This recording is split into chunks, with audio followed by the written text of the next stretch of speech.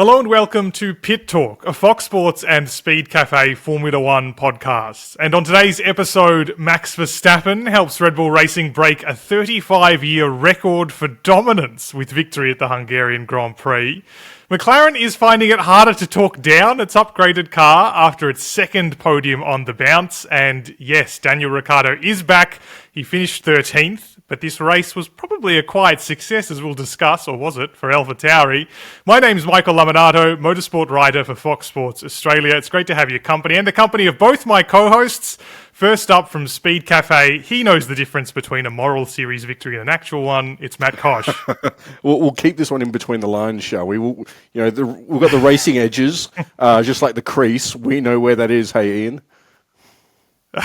Let's introduce the second co-host as well. He's blessed the rains down in Manchester. It's Ian Parks. How you going?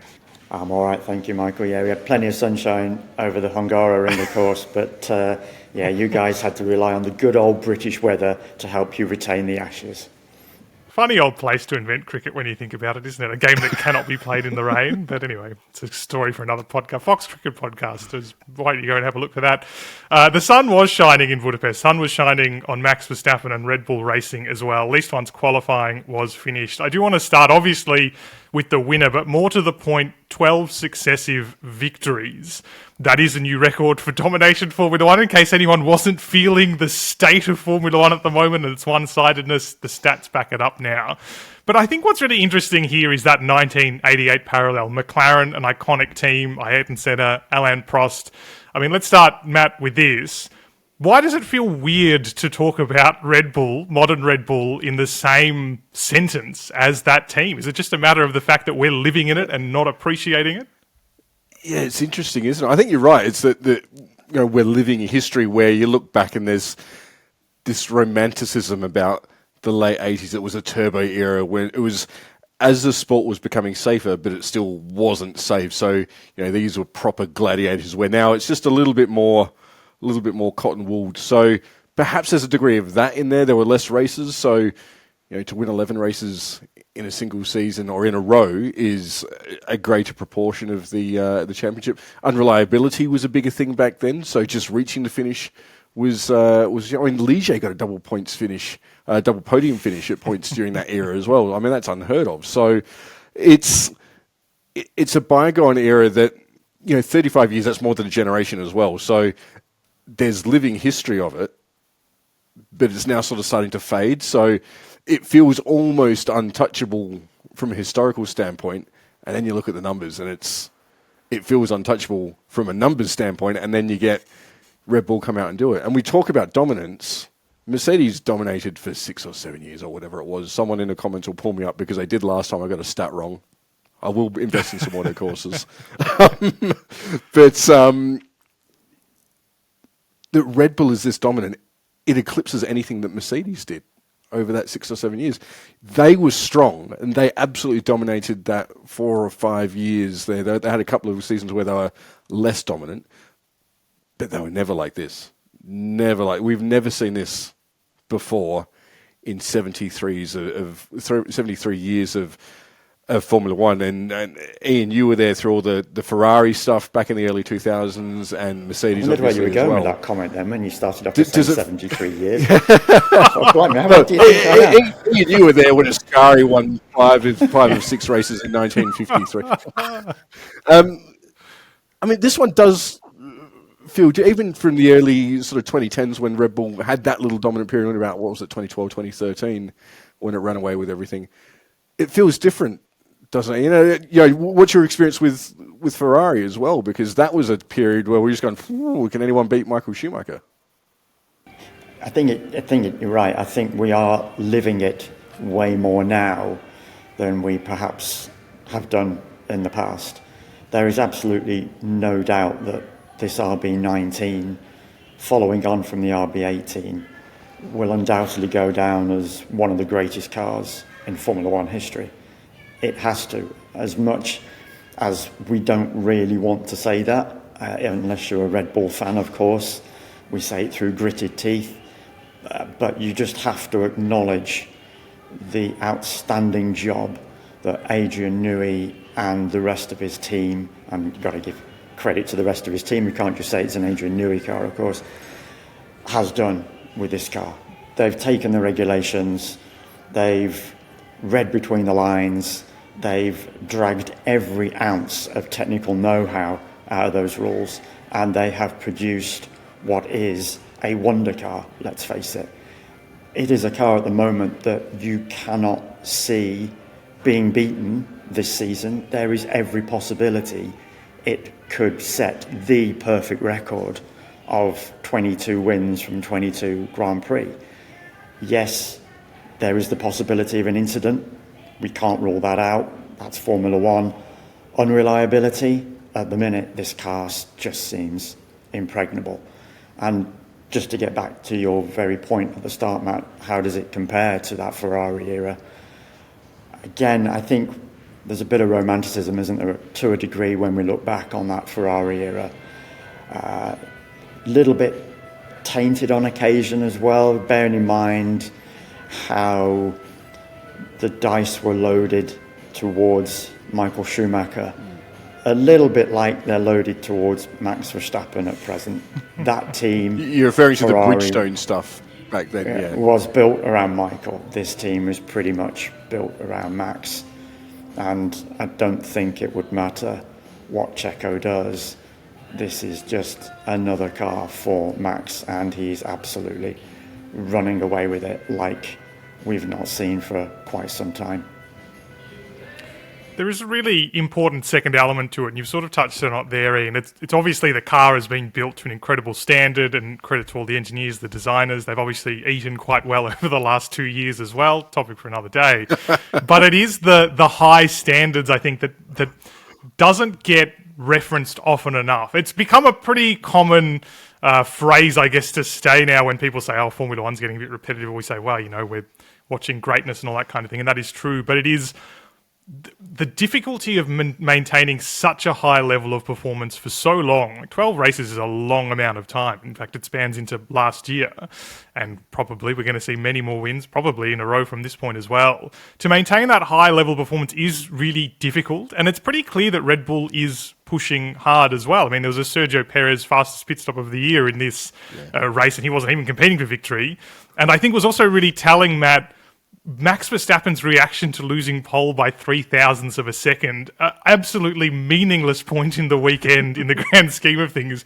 You could easily have forgotten he even wasn't on pole for the level of domination in the race. But that strive for perfection is, I think, what people need to appreciate as being really impressive, because it's hard to do it week after week when you know the title's probably coming your way by now. He's in such a good headspace. Yesterday in the post-race press conference, he was sitting there in the middle, Lando Norris, one of his mates, sitting alongside him, and the banter between them was top draw. They didn't care what question they asked. They were just talking amongst themselves, and we just happened to be witnessing it. But it just goes to show how relaxed and how confident Max Verstappen is at the moment. There's no pressure on him for a world championship.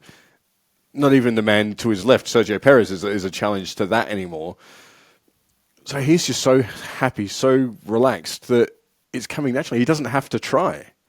He's got the ball on a string, so to speak. Where do we go from here? I mean, 44 race wins. He's not far away from bettering Sebastian Vettel's career best. He can do that before the end of the year if he keeps going the way he is. It's absolutely extraordinary. And it's... Ian and I were in Hungary over the weekend. In fact, we're both en route from Hungary to Belgium, hence the fantastic background music. It's kind of catchy, actually. But the feeling in the paddock was we are approaching the summer break, and it sort of had that vibe to it, didn't it? Everyone was relaxed. Everyone was happy.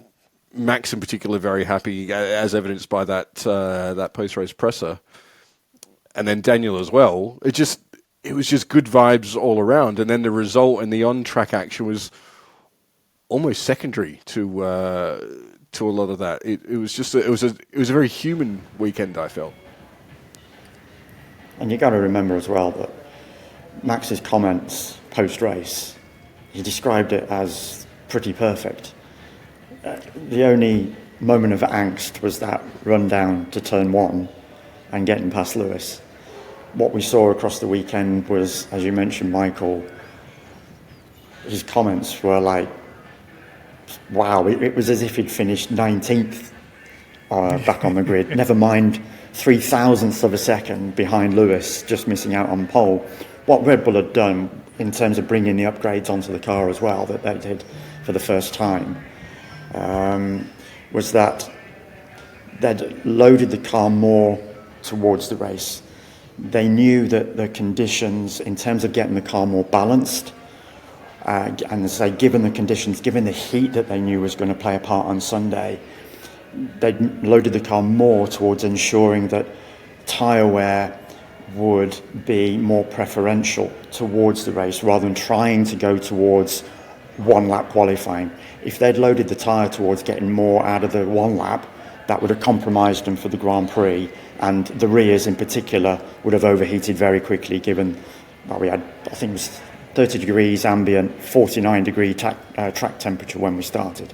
So that would have very quickly eaten up those rear tyres during the Grand Prix if they'd gone more for one lap pace. They didn't. Max alluded to it about the balance post-race, just how amazing it was.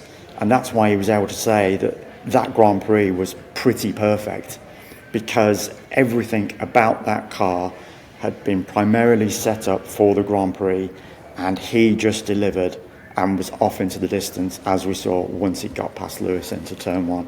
That was the key moment. To be fair, even if Lewis had managed to hold him up going into turn one, I don't think it would have been too long, particularly once DRS opened, that he would have got past him. But that a moot point anyway, because he just did the business from turn one onwards. It was the biggest win margin in almost 2 years as well. I mean, if you didn't want to underline any further the level of domination being experienced at the moment at the hands of Max Verstappen and Red Bull, well, there's another statistic for you. Let's move on, though, to the man he beat by 33 seconds. It was not even Lewis Hamilton. It wasn't any of the, I guess, more traditional rivals over the last 2 years. It was Lando Norris for the second weekend in a row. I thought it was really interesting. Thursday, first day, drivers are talking, standard media session stuff. And I went back and made sure I got this quote correct. His first words to the media, and you guys would have been there: "Are you going to finish on the podium? No. Are you quick enough to finish on the podium? No." They were his words, preempting the questions that were inevitably going to be asked of him after his Silverstone podium. Pretty comfortable podium for a man who was not going to finish on the podium this weekend. It's kind of been standard for him, hasn't it? This sort of glass half empty take on McLaren's outlook and all that kind of stuff. Maybe if you want to cynically say or uncharitably say it's because they've let him down so often over the last few years. Whatever the reason. Is it time now for McLaren to start feeling a little bit more confident? Have we seen enough, Matt? We've got 3 fairly different circuits. We're only missing a street track really at this point. Is McLaren here now? Have they arrived as the next best team? Yeah, basically. Well, we can't say the next best team because that's still circuit dependent. I think we'll see that swing back and forth, but they're certainly in that group. What they've done, and this is probably why Lando isn't so enthusiastic about the car, is that the car doesn't feel any different. They've added load to both axles. What that basically means is the car's got more grip at both ends. It doesn't turn in any better. It doesn't have less understeer or more oversteer or whatever. The fundamental handling hasn't changed. It's just got more underlying grip. As a result, it's faster. So in the car, it doesn't feel any different. Hence, Lando's probably still pessimistic because the car in Hungary spec, which is good enough for a podium, in Silverstone spec, which is good enough for a podium, still feels like it did in Bahrain spec, where it was good enough for probably P18. So that's where his pessimism comes. He wants a car that handles differently. And ultimately, if you speak to the engineers there, Andrea Stella, and I spoke to Andrea Stella a couple of times over the weekend, the team principal there, who is an ex-engineer, if you've got a choice between producing a car that handles well and keeps the driver happy or produces good load, you take the load 9 times out of 10 because load is going to give you more lap time than a happy driver. The driver gives you the last 5%. The car does 95% of the work. So that's why I think Lando is still pessimistic. What McLaren has done with this upgrade is it was always good at high speed. It's added some medium speed capabilities to that car. At load speed, it is still vulnerable. Don't be surprised if it's not at the very sharp end of the Formula 2 field, as Toto Wolff called it, in Belgium. And I say that because Andrea Stella said that, yes, there's lots of high-speed stuff in Belgium, and I'm sure we'll touch on this a little bit later as well, but there's lots of high-speed stuff there, but La Source, Turn 1, Bruxelles, is it Bruxelles? I can never get the French pronunciation right, but Turn 8, the one before the corner with no name, the long downhill right-hand hairpin, that's a slow-speed corner. The chicane is a slow-speed corner, and they're spending a lot of time in those corners where the McLaren is weak. So they've improved 2/3 of the car, effectively. The Hungaroring doesn't have much low speed. You've got the chicane at the top end of the circuit and perhaps Turn 2. Otherwise, it's all comparatively high speed or medium speed. Hence, it suited the McLaren. And that's certainly what the drivers were saying towards the end of the weekend and what Andrea Stella was saying leading in. That said, I don't think anyone in the team expected a podium. They hoped for one, but they genuinely didn't know heading into the weekend how good that car was. And I think Oscar's drifting back through the race, he had some floor damage and that won't have helped, but it just shows that the car's still not there. It is still very much on a knife edge. Ian, let's dispatch, because I know some people want to know, the crooked witch hunt of a pit stop strategy that deprived our Oscar of second place after the first stint. Maybe that's over-egging it a little bit. Lost the position to an undercutting Lando Norris. There was a little bit made of this. Ultimately, as Matt was saying, I mean, Piastri's race pace faded anyway, so whatever happened here didn't matter by the end of the race. What did you make of that strategy call by McLaren? Because I thought it was interesting how reflexive they were to Lewis Hamilton trying to undercut behind them. In the end, the margin was pretty comfortable. In fact, after only his outlap, Norris was 10 seconds up the road. Do you think that's a little bit of the, I guess, still almost nervousness at McLaren? This almost unwillingness to believe the car can do the job and that they just need to maximise their opportunities when they get there? I can give you my thought on it, but I'll probably have to defer to Matt because Matt was the one that spoke to Andrea post-race, and I'm pretty much guessing that Andrea was asked that question as to why Lando was brought in first ahead of Oscar, because Oscar was the lead car on track, and as we all know, generally the lead car on track within any team has the call over pit stop, and theoretically it should have been Oscar. So over to you, Matt. Did Andrea explain it? Sorry, Michael, but as I say, Matt's probably best placed for this one. No, he did explain it. It's basically neither Lando nor Oscar in Drivers' Championship contention. Where they finish is largely irrelevant. The bigger picture for McLaren is McLaren. So they need to maximise their points haul. In doing that, Stella justified it in that you pit your most at-risk car. In that instance, Lando was most at risk from Lewis, so they pitted him and just covered off that threat. Whether they'd finished, second or third and fourth with Lando ahead of Oscar or Oscar ahead of Lando, they don't care to that degree. As long as they get third and fourth, as long as they maximise the potential. They obviously at that point wouldn't have known that Oscar was going to fade. That he did, I guess, ultimately justified it if you look back at it, but the underlying rationale is they were racing Lewis Hamilton. They had to defend against Lewis Hamilton and safeguard anything that they can get, and by doing that, the best play that they had at that point was to pit Lando Norris.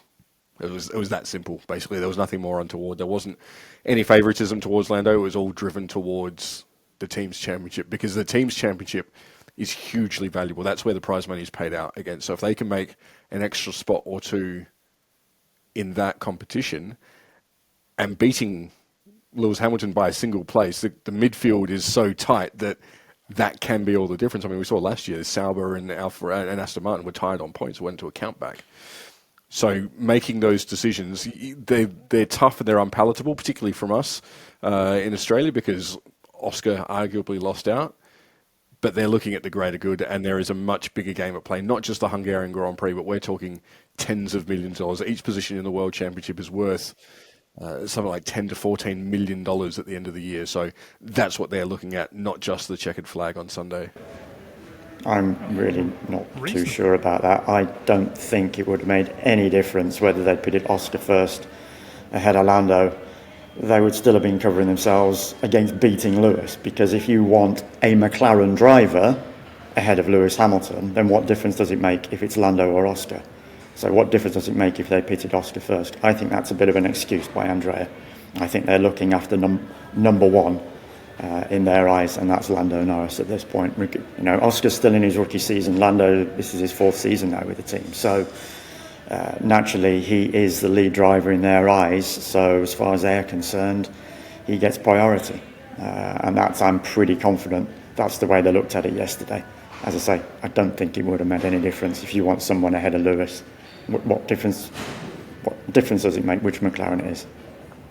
That's my opinion anyway. And in a week when there were rumours Lando Norris was talking to Red Bull, I mean, everyone's connected to Red Bull at some point in this paddock, aren't they? Everyone wants to get there anyway, so maybe not so outlandish a proposition. What's that, sorry? Have you had your conversation with Helmut Marko yet? Oh, yeah, I've got him on speed dial. I ignore most of his calls, though. He frightens me, so I don't like to talk to him, which only in person, personally. Look, and let's just to wrap up the McLaren point as well. You mentioned, Matt, that it does depend purely on track, on the track layout where this top order is laying. It does feel like McLaren, Mercedes, for the last couple of races at least, have been a little bit a step ahead of Ferrari and Aston Martin. Aston Martin particularly unusually disappointing in Hungary this weekend, a track they expected to do a little bit better at. But I just want to talk briefly about Lewis Hamilton here. He got that pole position, his first pole position in quite a long time. Daniel, I bet you would never have guessed at the 2021 Saudi Arabian Grand Prix that was going to be his last pole and win. My goodness. Don't take us back there. But anyway, a long time between drinks, couldn't get that win drought broken. That wait for win 104 goes on for a little bit longer. I thought it was really interesting after the race, though. He said he was a little bit dejected, and sometimes he says things when he's a bit dejected, but he felt like he hadn't been performing at his best for years now, referencing, I guess, back to 2021 when obviously he was doing pretty well. What kind of insight do you think that gives Ian to where he is at the moment? The fact that, occasionally getting these glimpses of great performance and then things are sort of taken away. Mercedes very rarely able to seal the deal. We know he's probably got a contract coming up. Toto Wolff said it's emotionally signed. But what do you think that says about where he's at this season, the second difficult one in a row? Just to reference the contract, Lewis was asked himself about it across the weekend, and he said it's in the hands of the lawyers. He says he stepped away from it. He's not even involved in the negotiations anymore, which is quite surprising, actually. I found that quite revelatory in many respects, that he's now just simply washed his hands of it in many respects. And we've now been, if it's in the hands of the lawyers, why are we now waiting so long for this to get signed, sealed and delivered? Because if you remember, before the Canadian Grand Prix, Toto Wolff turned around and said, it's a matter of days. Now, you could argue over the semantics of the word days, because we are still waiting. It has been, 40-odd days since those comments were aired, something like that. So, but naturally, when someone says something like that, you're assuming, it's going to be very, very soon. And here we are, those X number of days later, still waiting. So we've got to hope that the lawyers, whatever they're doing, are crossing those T's, dotting those I's, and we will finally get something announced. And probably charging accordingly for it. Oh yeah, absolutely, if it's with the lawyers. As to where Lewis is at the moment, as you've pointed out, you alluded to it a little bit, that he has his up and downs across any weekend.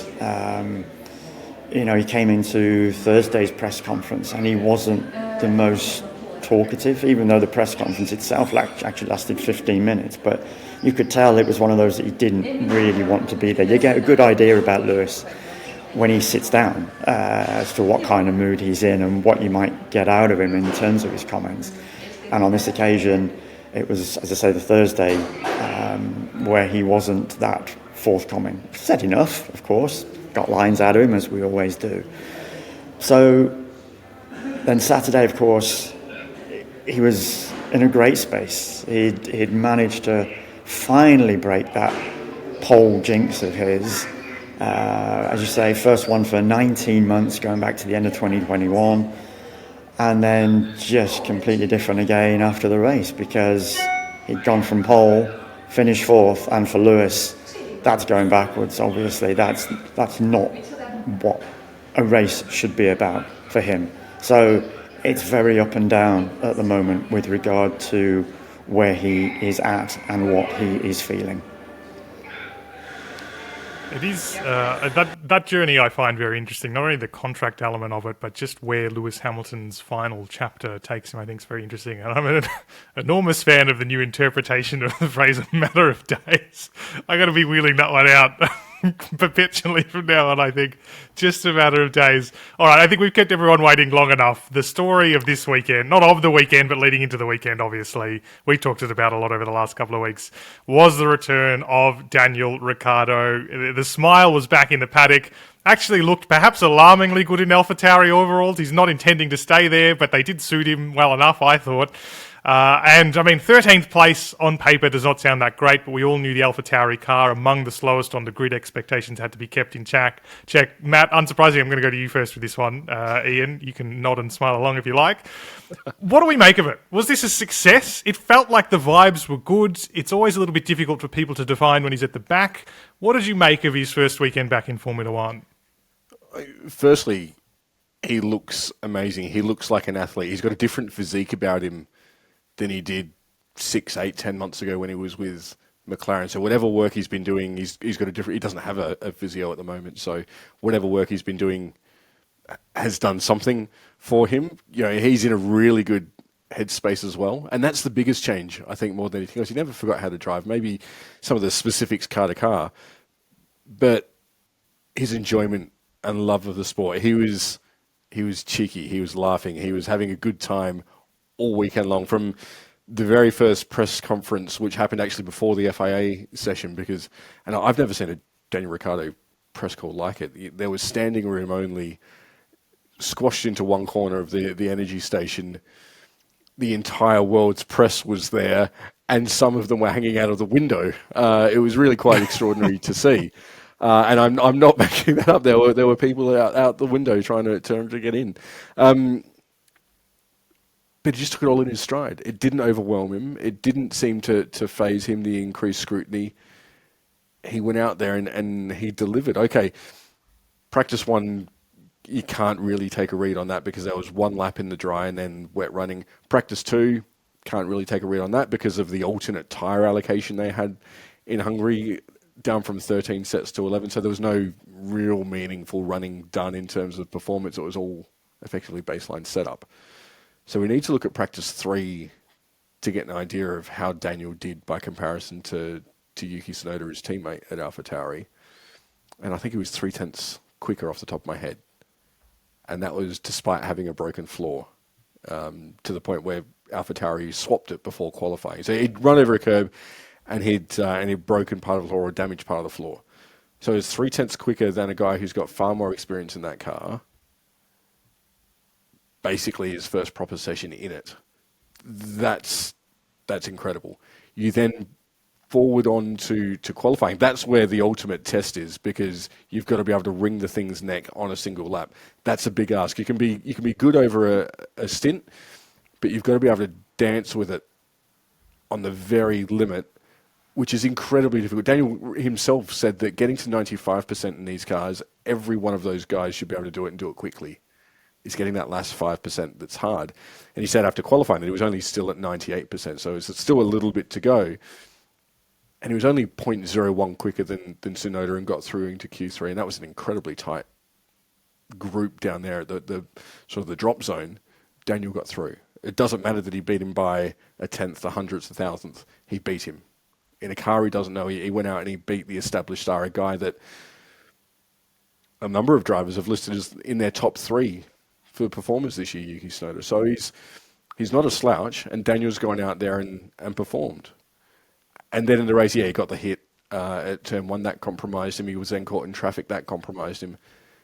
But they put him on an aggressive alternate strategy that required him to manage the car, manage the tyres, manage his own performance. And it was hot yesterday. I'm pretty sure I got sunburnt although I'm a redhead, so that I get that sitting inside. But it was hot. It was a physical race. It was a massive 40-odd lap stint on the medium tyres, which shouldn't have gone that long.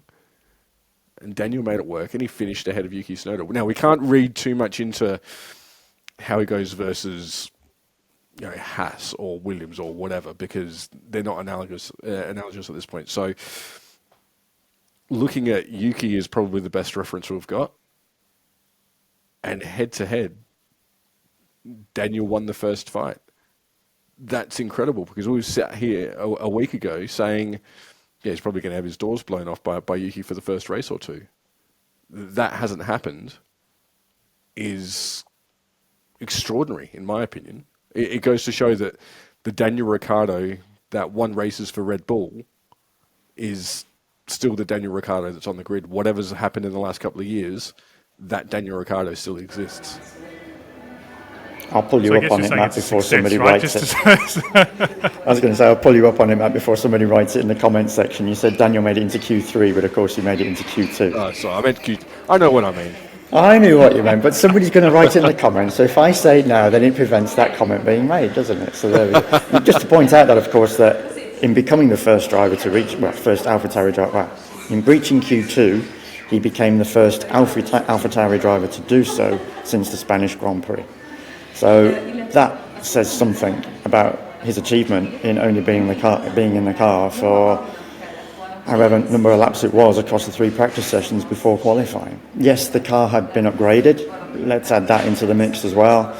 New floor body, new front and rear wings. So that would have played a part. But Yuki pretty much had the same parts, with the exception of a front wing, which he damaged. So he'd gone back to an old spec for qualifying. So did that play a part in the 0.013 second gap between the two of them at the end of Q1? Potentially, but regardless, Daniel kept it clean, kept the car on track, and he delivered against his teammate. And as Matt said, 1-0 to Daniel at the moment, because he pretty much is the only guy in terms of Yuki that Daniel can be compared against. So fair play to him. Christian Horner, speaking after the race on Sunday, said he didn't take too much notice of what Daniel had done, because obviously he was focused on the 2 Red Bull drivers, getting them across the line, but he did appreciate the job that he had done across the weekend, and in particular the fact that he'd managed to, quite obviously because it's what Daniel does when he goes anywhere, isn't it? He had energised that team, and that's fantastic in its own right for AlphaTauri, because they have been at a really low ebb now for quite some time. They were poor last season. They were expecting more over the winter break. The car just has not delivered. 2 points from 10 Grand Prix before the decision was made to axe Nick De Vries and bring in Daniel.